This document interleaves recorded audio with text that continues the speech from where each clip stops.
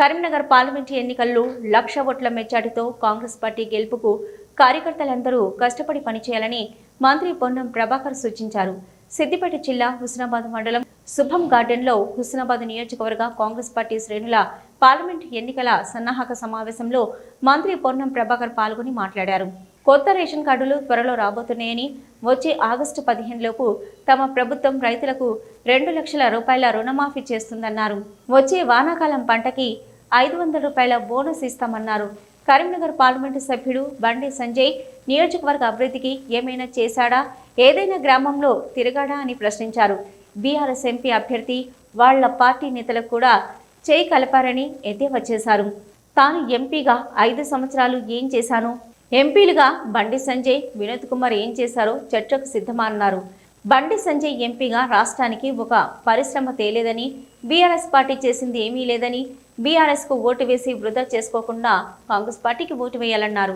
Karimnagar MP అభ్యర్థి ఎంపిక party అధిష్టానం చూసుకుంటుందని, హుస్నాబాద్ నియోజకవర్గంలోని 304 బూతులలో పార్టీ అభ్యర్థికి మెజార్టీ వచ్చేలా ప్రతి కార్యకర్త కృషి చేయాలన్నారు. ఈ కార్యక్రమంలో మానకొండూరు నియోజకవర్గ MLA doctor Kavampalli Satyanarayana, Vemulawada MLA ప్రభుత్వ విప్ ఆది శ్రీనివాస్, మాజీ ఎమ్మెల్యేలు ఆరేపల్లి మోహన్, కోడూరి సత్యనారాయణ గౌడ్, నియోజకవర్గ ఇన్ఛార్జి నాయకులు పురమల్ల శ్రీనివాస్, ఒడితెల ప్రణవ్, కాంగ్రెస్ పార్టీ నాయకులు, ప్రజాప్రతినిధులు తదితరులు పాల్గొన్నారు.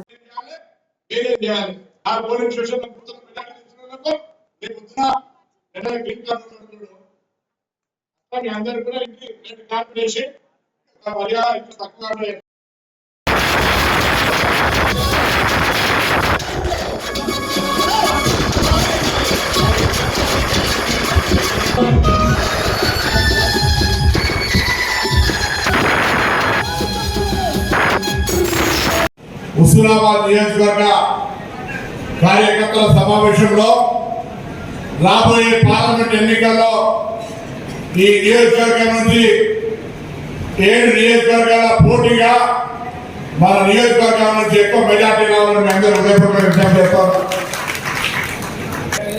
భారతీయ జనతా పార్టీ ఈ దేశంలో 10 సంవత్సరాల అధికారంలో ఉంది. తెలంగాణ రాష్ట్రానికి సంబంధించి పిల్లల చదువుల కోసం ఒక విద్యా సంస్థలు తేలే, ఉద్యోగాల కోసం ఒక పరిశ్రమలు తేలే, ఆరోగ్యాన్ని పరిరక్షించడానికి ఒక వైద్య సంస్థలు తేలే. అటువంటి భారతీయ జనతా పార్టీ కనీసం తెలంగాణ విభజన హామీలు కూడా అమలు చేయలే. అంతకు పోగా పార్లమెంటు సాక్షిగా ప్రధానమంత్రి తెలంగాణ ఏర్పాటును అవహేళన చేసి తెలంగాణ దొంగతనంగా తెచ్చుకున్నారు, అర్ధరాత్రి తెచ్చుకున్నది.